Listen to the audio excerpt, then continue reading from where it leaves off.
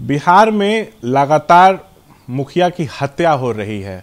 हम बातचीत करेंगे बिहार सरकार में मंत्री एवं बीजेपी के वरिष्ठ नेता नीरज कुमार बबलू से।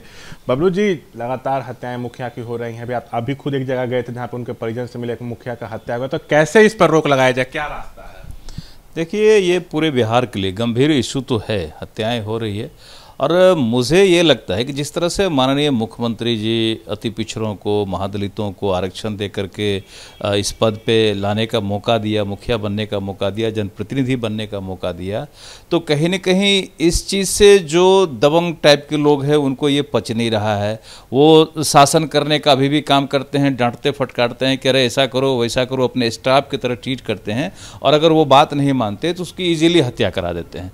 तो मेरा ये मानना है कि इस चीज़ को सही करने के लिए बीच में चला कि सुरक्षा हर व्यक्ति को अलग से बॉडीगार्ड नहीं दिया जा सकता है, इतना फोर्स हमारे पास नहीं है। हम हथियार का लाइसेंस भी लोग मांगते हैं तो हम लोग दे सकते हैं, लेकिन जो हमारे अति पिछड़ा वर्ग हैं वो कहाँ से महादलित लोग हैं, कहाँ से हथियार खरीदेंगे, और खरीदेंगे तो चलाएंगे कैसे? तो ये एक अलग विषय है। मेरा ये मानना है कि अगर इसको सही तरीके से सोचा जाए कि हत्या क्यों होती है। हत्या इसलिए लोग कराते हैं कि इलेक्शन हो जाएगा, तो अगर इलेक्शन में ही अमेंडमेंट कर लिया जाए, इसको फॉर्म में नॉमिनी का जगह दे दिया जाए, और अगर कोई नॉमिनी डाल देता है तो नॉमिनी के बाद क्या है कि अगर हम मुखिया हैं, हमारी हत्या होती है, तो जो हमारा समय बचता है उतना समय के लिए हमारे परिवार के लोग, हमारे नॉमिनी उस जगह पर आ जाएं, तो स्वतः मुझे लगता है कि लोग हत्या करना बंद कर देंगे, जिनको लगता है कि हम चुनाव कराने के लिए हत्या कराते हैं।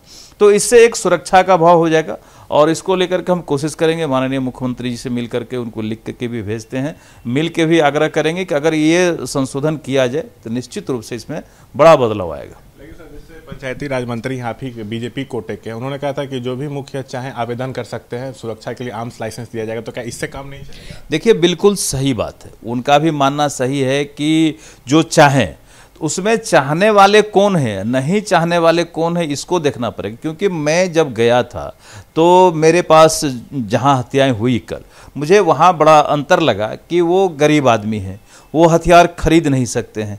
अगर खरीद के कोई दे भी दे तो चलाएगा कौन? हथियार रखना, खरीदना, चलाना ये सबके बस का चीज़ नहीं होता है, इसलिए ये संभव मुझे नहीं लगता है। कुछ लोग इसमें हैं, दबंग टाइप लोग जरूर हथियार खरीद लेंगे, जो दबंग मुखिया हैं, जो अपना धौंस जमाते हैं समाज में, वो जरूर खरीद लेंगे, उनको लाइसेंस का बड़ा फायदा मिल जाएगा, और ले करके फिर वो गरीबों को, दलितों को परेशान करेंगे। तो मुझे लगता है कि ये समाधान नहीं है। समाधान पहले यही करना पड़ेगा कि उसमें सुधार हो जाए, हत्या का रीजन खत्म हो जाएगा। हत्या का रीजन यही है कि चुनाव कराने के लिए हत्या कर देता है, तो चुनाव ही नहीं होगा, बीच में 5 साल का चुनाव हो गया तो 5 साल चले, वो चलाए, उसके फैमिली चलाए, 5 साल चले, फिर टर्म पूरा होगा, फिर चुनाव हो जाए। तो मुझे लगता है कि बीच में लोग नहीं मारेंगे, जैसा मुझे लगता है। तो जल्द संशोधन कर देना चाहिए, आपको ऐसा लगता है पंचायती राज कानून में? बिल्कुल होना चाहिए। हम पंचायती राज मंत्री से भी बात करेंगे, भी चुनाव से फ्री हो रहे हैं सब लोग, तो मैं उनसे भी बात करूंगा, और इस पर बैठ के हम लोग बात करेंगे। और ये अगर संशोधन होता है तो बिहार तो अपने आप में एक मॉडल हो ही जाएगा, पूरे देश के लिए एक मॉडल हो जाएगा कि भाई बिहार ने इसकी पहल की है और इससे सुधार हुआ है।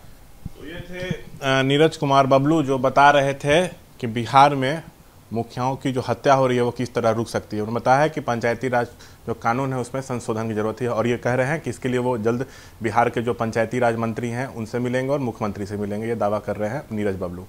कैमरा पर्सन शैलेश के साथ शशांक कुमार, एबीपी न्यूज़, पटना।